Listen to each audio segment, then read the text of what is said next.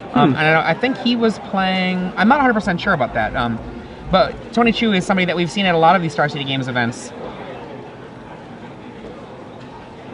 Generally, often has a big smile on. Yeah. No stranger to the lights of the future match. Talking to the judge there. Usually Cephalid Breakfast has a great game one against a lot of decks, but not great sideboard games.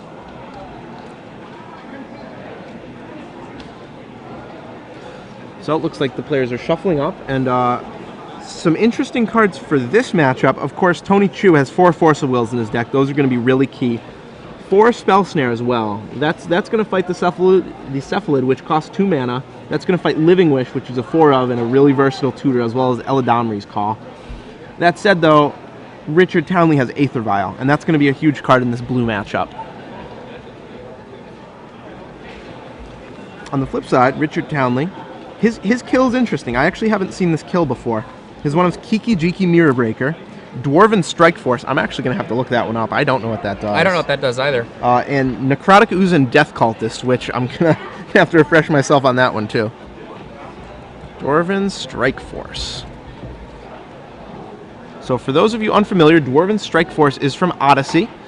It costs 4 and a red. It's a creature dwarf, a 4/3. Discard a card at random from your hand. Dwarven Strike Force gains first strike and haste until end of turn.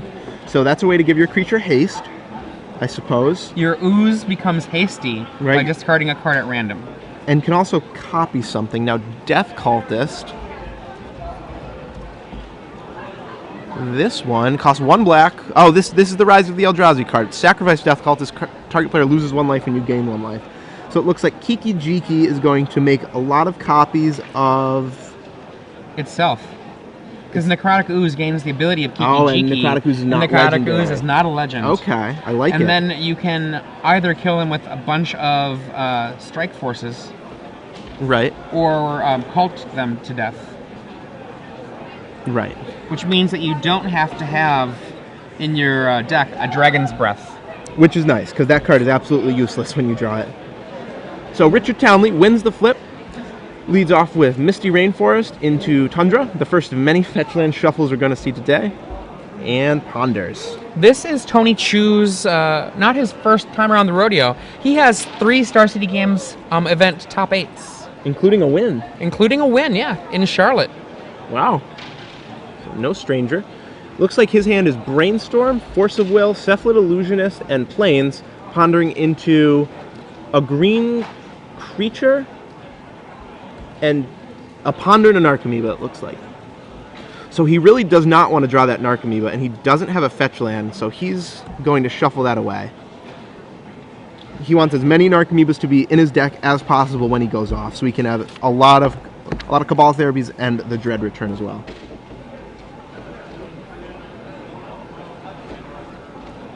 So right now, Richard is searching for a Nomad effect.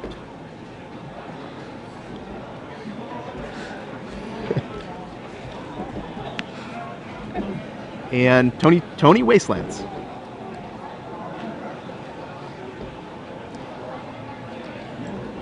So Richard says Tundra go, or sorry, Tony says Tundra go, and Richard untaps and draws Misty Rainforest, the blue source he really needed.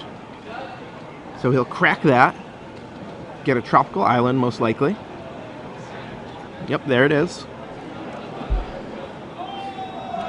And now he has the option of playing Eladamri's Call or Cephalid Illusionist.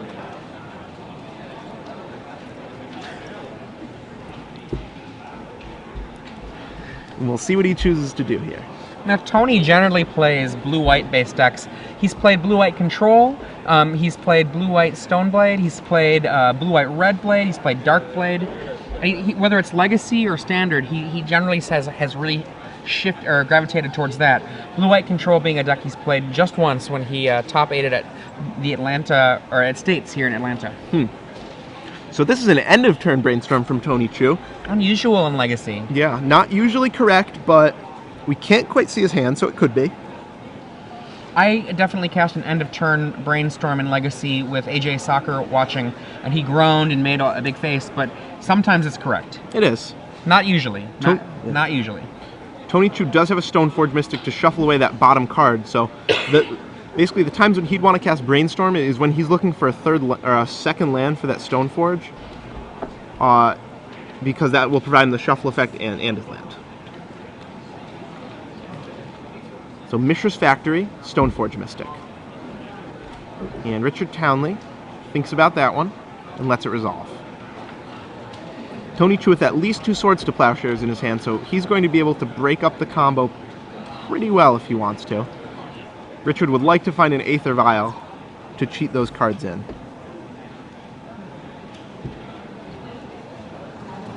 And we have an end-of-turn Eladamri's Call. If you're not familiar with it, it's a green and a white instant. Search your library for any creature, put it in your hand. Tutor up a creature.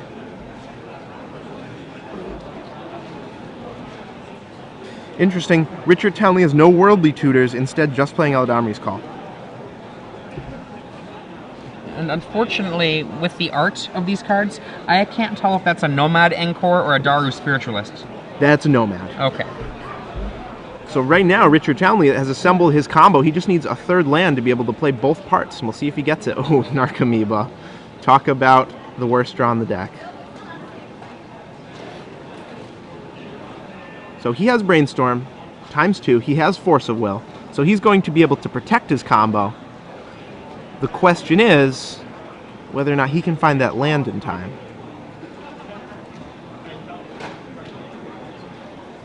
Richard Brainstorms would love to find a fetch land. But it doesn't look like he does. Looks like he has a Starlit Sanctum and an island. If you're not familiar with Starlit Sanctum, it lets him sacrifice a cleric, gain life equal to toughness. So with that, he can gain functionally infinite life with his Daru Spiritualist. The Cephalid Breakfast deck excels versus opponents who don't know what's going on. And it looks like Tony Chu's a little unfamiliar with it. He had to read the Eladamri's Call. So it can also sacrifice a cleric to do damage equal or life loss to somebody equal to the power of a cleric. Which would be 1 at the most. Tower of the Magistrate. And I don't blame you if you don't know that one. It taps for colorless, and 2-tap, target creature gains protection from artifacts until end of turn. Won't be used in this matchup. Richard Townley, end of turn Brainstorms. Not sure I like that. If he thinks he's going to win next turn, that's totally reasonable.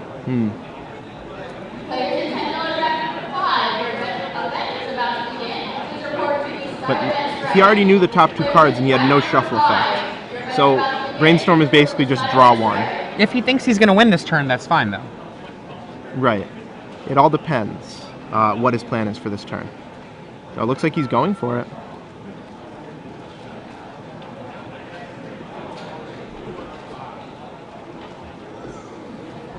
That is a mana leak in Tony Chu's hand.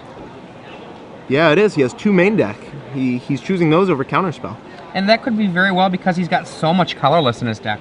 Right. He's got Wastelands, Mishra's Factories, Tower of the Magistrate. I mean, that is a large amount of colorless. So Tony Force of Wills, and Richard Force of Wills right back. And now we'll see a Swords to Plowshares on this Nomad. We should see a Swords to Plowshares on this Nomad or a Mana Leak.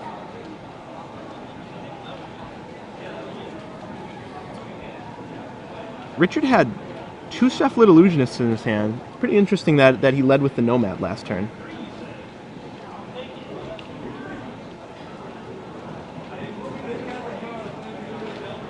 And Mana Leak does the work it needed to do. Yep.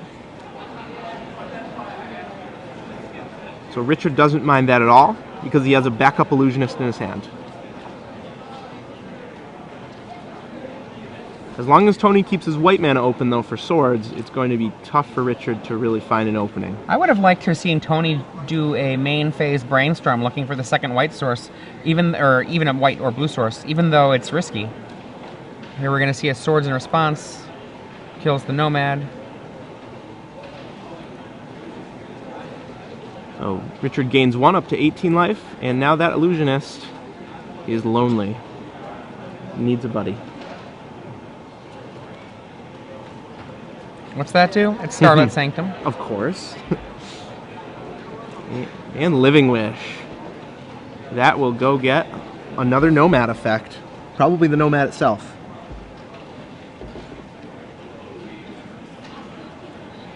Yeah, that's a Nomad. Tony Chu's like, yep, that's right. That's what it is. And I will Swords that creature. So now it's shipped back to Tony, who is a little constricted on mana right now. He's under no pressure, though, as Richard Townley will never be threatening to attack him to death this game. Tony looks at it again. What does this card do? It has a second ability, not usually used.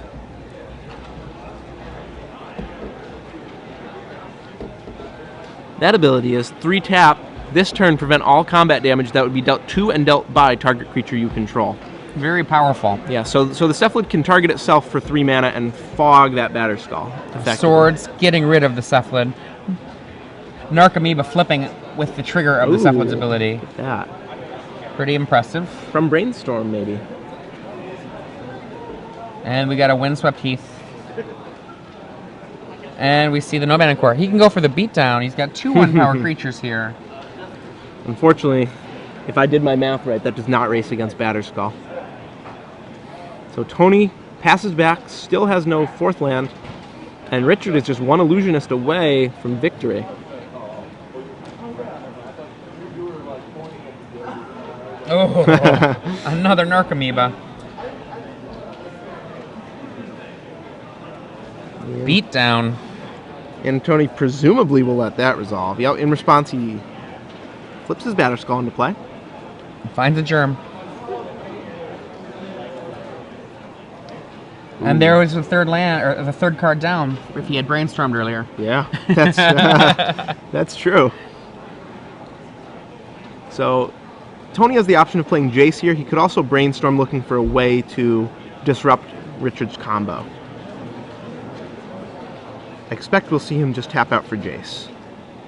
Against an empty-handed opponent with no real answers in his hand, I think the Jace is the way to go here. Yeah, I think so too.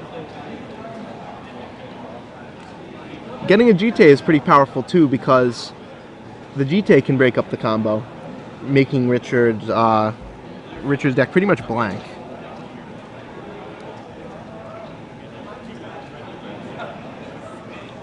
Says go. Wow, okay. Windswept Heath. So Tony's just going to hold up his Brainstorm, hold up his Spell Snare. He figures this way he can't lose to Cephalid Illusionist because he can Spell Snare it.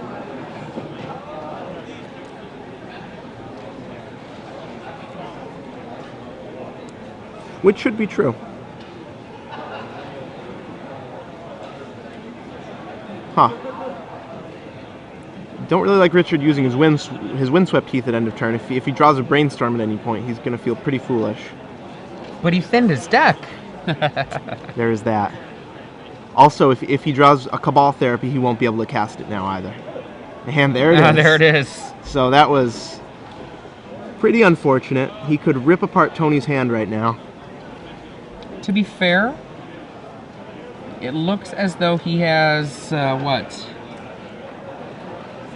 one way to cast Cabal Therapy in his deck? Right.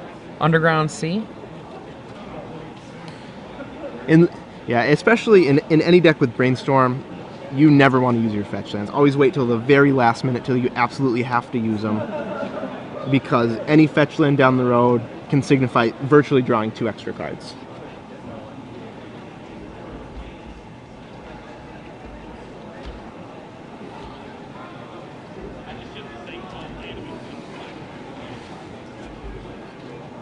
So Tony draws.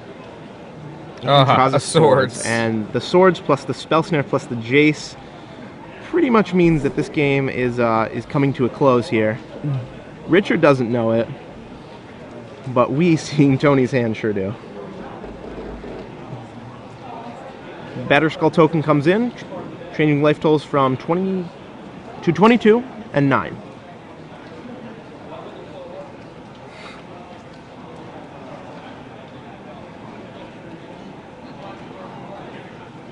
Richard going for a 2-drop. That's going to get immediately Spell Snared.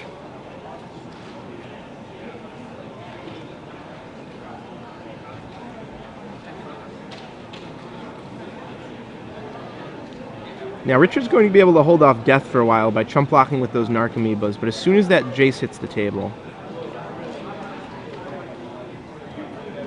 not going to be good.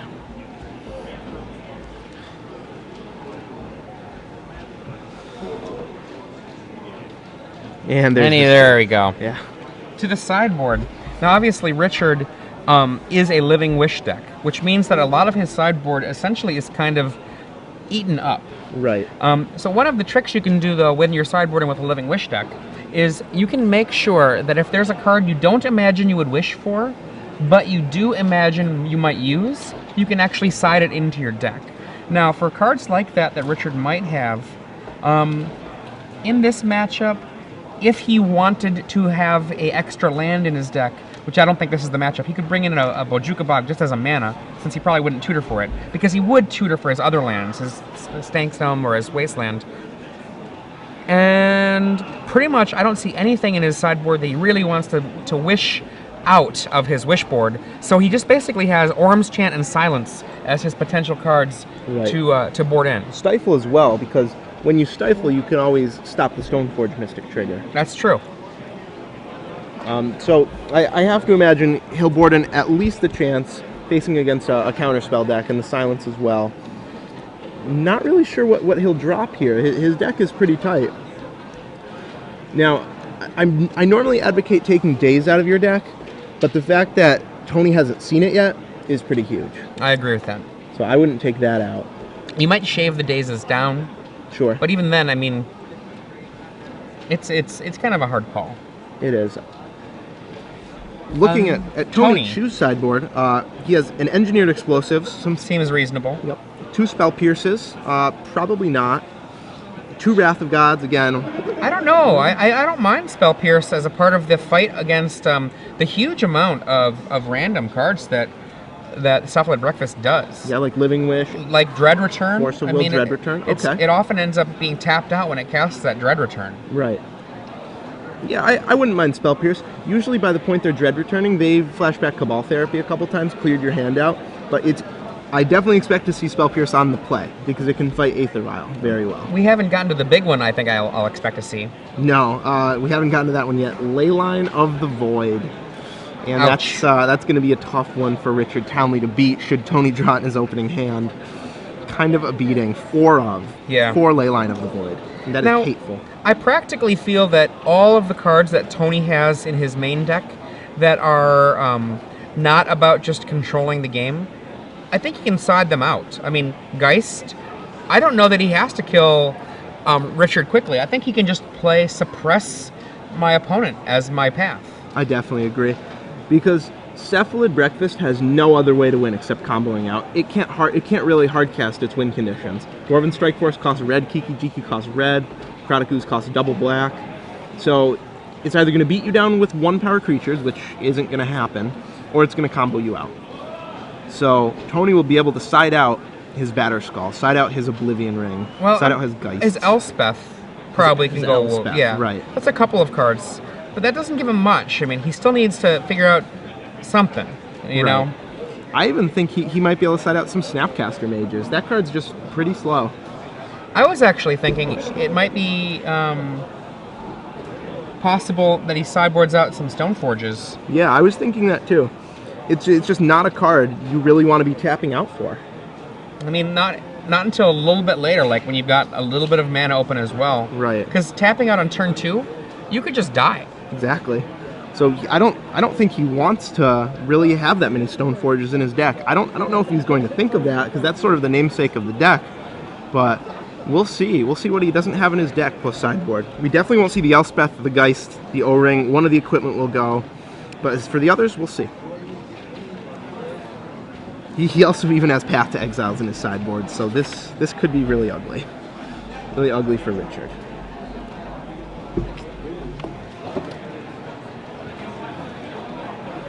So they've begun, and Richard Townley looks like he begins the game with a Ponder.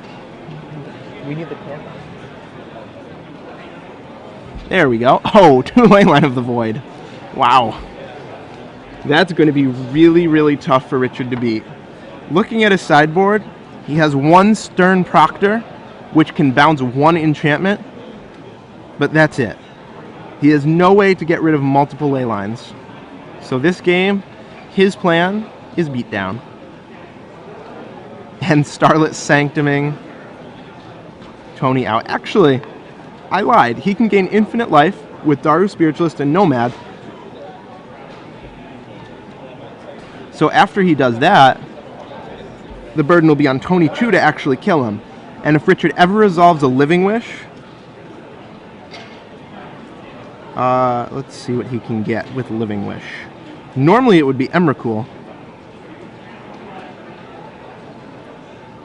but that won't hit the graveyard, so it won't shuffle the graveyard back in. So Richard's path to this game will be gaining infinite life. That's going to be his plan. And you see him there with 2 Daru Spiritualists in his hand. And right now he's just pondering away, trying to find the pieces he needs for Tony Chu draws more cards and takes control of this game. The flip side of that is, though, Tony effectively mulled the 5. Sure, he has the ley lines, but he has no real action.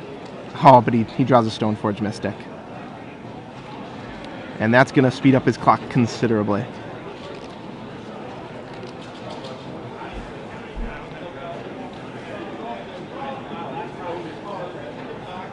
The only way that Richard will actually be able to kill Tony that I can possibly see is getting an Aether Vial up to 15, as awkward as that sounds, and vialing in Emrakul.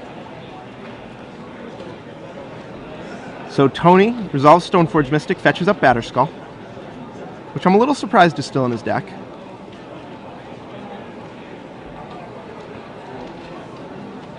Richard now with Force of Will, double Brainstorm, double Daru Spiritualist, and Narcomoeba in his hand will cast a Brainstorm.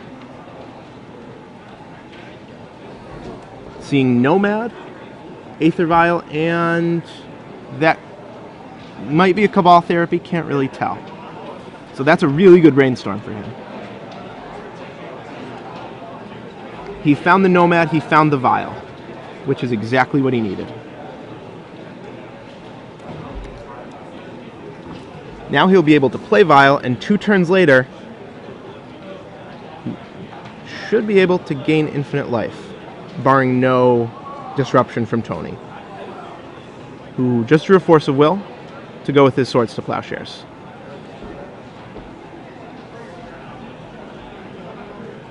Richard, end of turn Brainstorms, which again, it's just not really a good habit to be in. He's under no pressure. He doesn't need to Brainstorm, and he already knows the top 2 cards of his library. So Brainstorm right there basically read, take the 3rd card down and put it in your hand. 3rd card down was a fetch land, so that was pretty lucky. But normally I don't like doing that. Richard cracks the fetch, searching up a Tundra.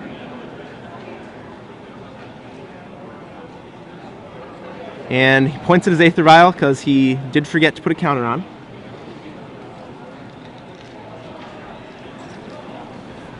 But that's okay. He has a lot of time to gain that life he needs.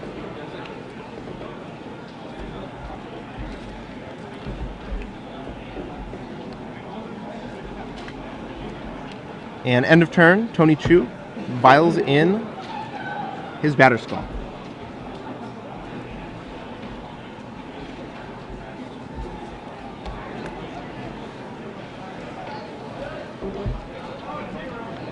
I like how you said vials in after all of that. Yeah. That's kind of funny.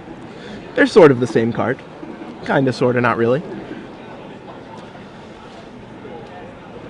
So this time, Richard remembers to put a counter on his vial and draws a card. Force of Will. That's a good one.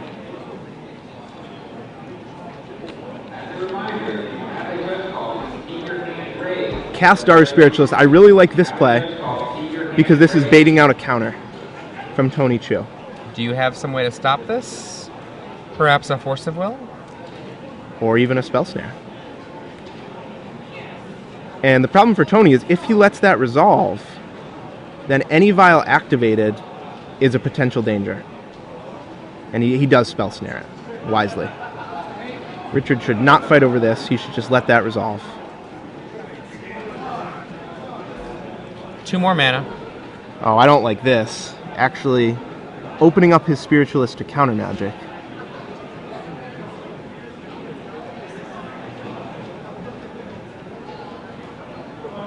Tony going to Brainstorm in response. This is a risky play, because if he doesn't hit a blue card, he cannot counter that, and he didn't hit a blue card. So Richard Townley looks like he will be able to gain infinite life here. There's a Swords.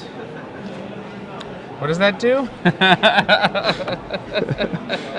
You can't blame him. That card hasn't been printed for about 16 years. And Richard Force of Wills. What he was checking there was what the life gain trigger was on. Was it on toughness? Right. Looks like Narcomoeba should not be in his graveyard, should be removed from the game. We'll make sure that gets fixed for you.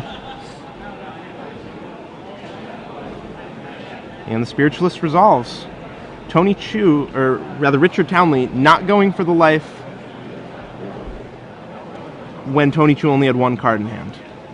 Instead, waiting on his vial, he thinks he can respond to anything Tony does.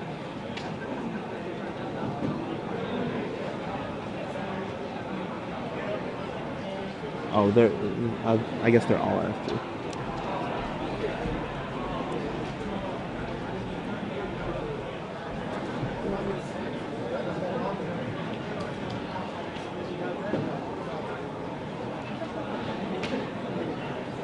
So Tony Chu sitting only with a Force of Will in his hand for relevant spells. Vial stays on 1.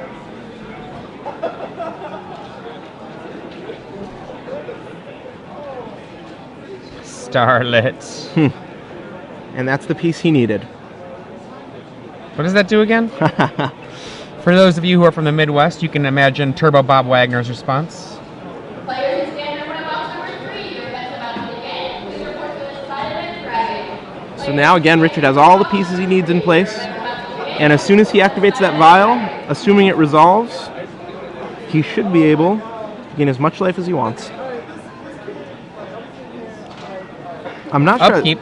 He's doing this during upkeep. Good. It's a good play by Richard. What is that? I read that one last game, but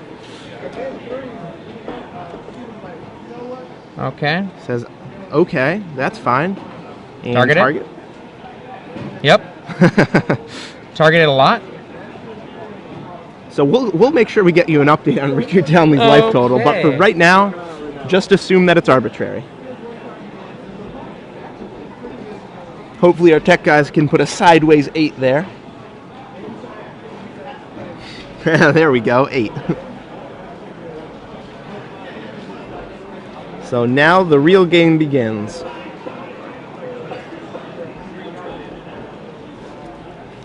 Like I was saying before, Richard Townley now needs to put that Aether Vial up to 15, get an Emrakul, and vial that in.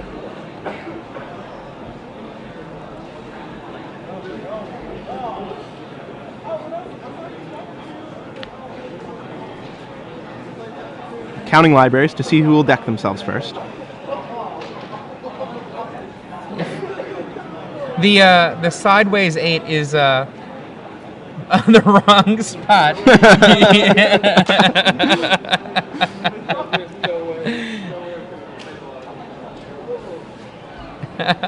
There we go. So as you can see, the sideways 8 representing our infinity symbol Right. here for Richard Townley. It's obviously not literally infinity. It's arbitrarily high. 3,000,000,008 could be the number. 3,000,000,008. Good solid life total. But remember, it probably won't come down to decking, because either Richard will be able to attack him with an Emrakul enough, or Tony Chu will resolve a Jace and Fate Seal him and Jace Ultimate. One of those two should happen. And Tony Chu goes searching through his deck for another equipment. I would be surprised if he had 2 in post board, and it doesn't look like he does. Oh, okay. He does have 2 in post board. Well, now he won't have to draw it. There you go. So that GT will also probably acquire an arbitrary number of counters here. And actually, the GT can be used to fight Emrakul, I believe. It actually can. If that GT gets up to 15 counters, it can kill an Emrakul. We may see some things this game that have never been seen.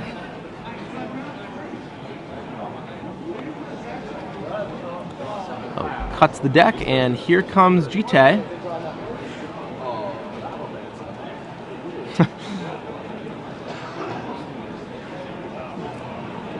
So cast, equip, and attack. So Richard falls to 3,000,000,004. Tony going to 30. I love Legacy. Yep. Tony uses his tokens to kill the Narca Amoeba and the Nomad. Aether Vial up to what I believe is 3. Attacks for 4 again. Now down to 3 trillion. Richard Trolley continues. Yep. Tony Chu up to 34. Forgot Vial. Says go. 38 life. And he's building up his Umezawa's GT counters.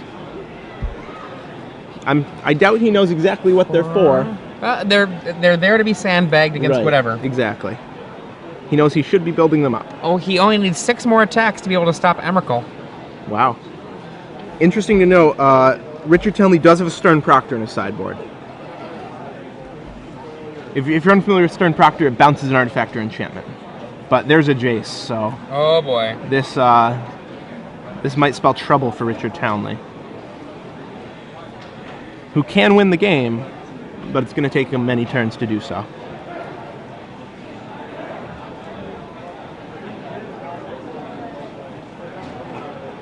I think Narcomoeba, by the way, is another card that offends me. Just on a visceral level. Well, they created it at a certain point where it was like, really? Yeah. Did you need to make that? Having that in the same set as Bridge from Below. Really? So there's a Jace, and Richard knows he has to fight over that. Tony forces right back. Okay, you know what I think he should have done here?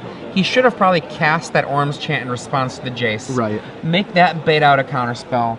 And then if it does get the counterspell, then cast the Forcible. And if it doesn't, well, then your Forcible is going to definitely resolve. Right. Because Jace is the only way that he can lose. But instead it resolves, and that will be bad news for Richard. I'm willing to bet that Tony Chu is going to finish this one up pretty quickly. Maybe about 6 turns from now. That's about right. Yeah, and Jace immediately Fate Seals. And you can have that one.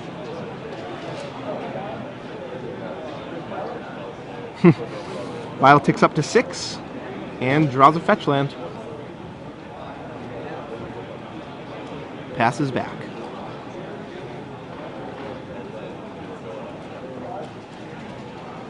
Up to 7. He needs more counters for his Jace. Probably soon more for his Umezawa's GT. Right. It's on 6. He's like, look, leave it there no matter what. There's a fetch land there.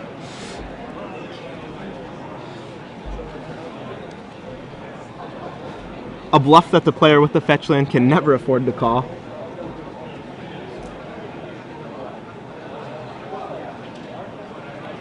Richard Townley, end of turn, uses his fetch land. Sees that there's a Cabal Therapy on top. Didn't need that one.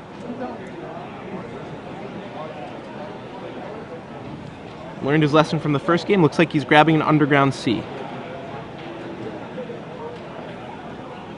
And that, actually all his mana producing lands save 1 Plains and 2 Starlit Sanctum. Wow. So he can't actually get to the point of being able to hardcast Emrakul. No, it's impossible for him to hardcast Emrakul in this deck.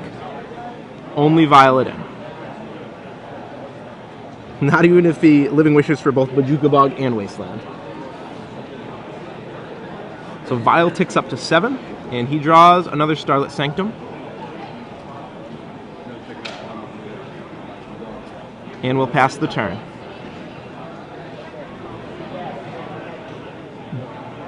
GT goes up to 10 counters.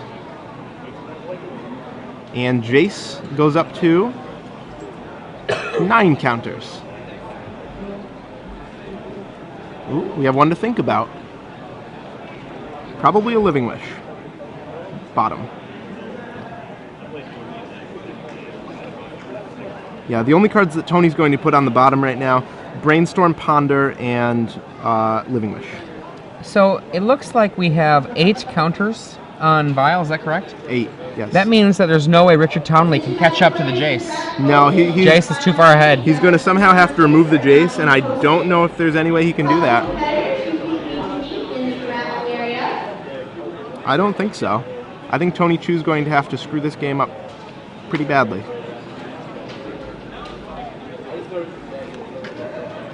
And fetch land out of targets. You know, that requirement has never stopped me. Me neither.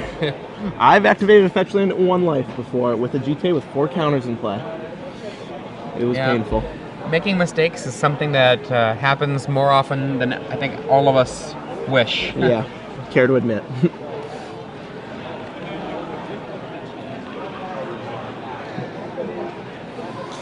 Richard shuffles his deck.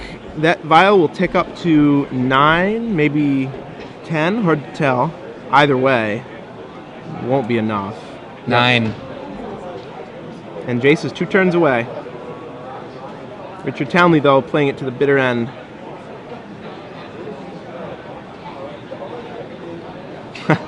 Up to 14 counters on Umezawa's Jite.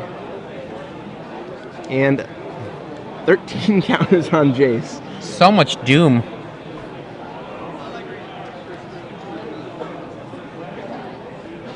And this one stays on top. Vial up to 10. This is the most counters I've ever seen on Vial or Jite. That's true for me as well. Richard draws a Necrotic Ooze, but with no graveyard. That's simply an Ogre Resistor. And there's the hand. Yep, there we go. An interesting game. Infinity is no match for 57. No, it's not. And Tony Chu takes it 2 games to none. Oh, he did. He just flashed the still had all these. It's like, you weren't winning it. Still had all the So Cephalid Breakfast could not overcome the blue-white Stoneforge.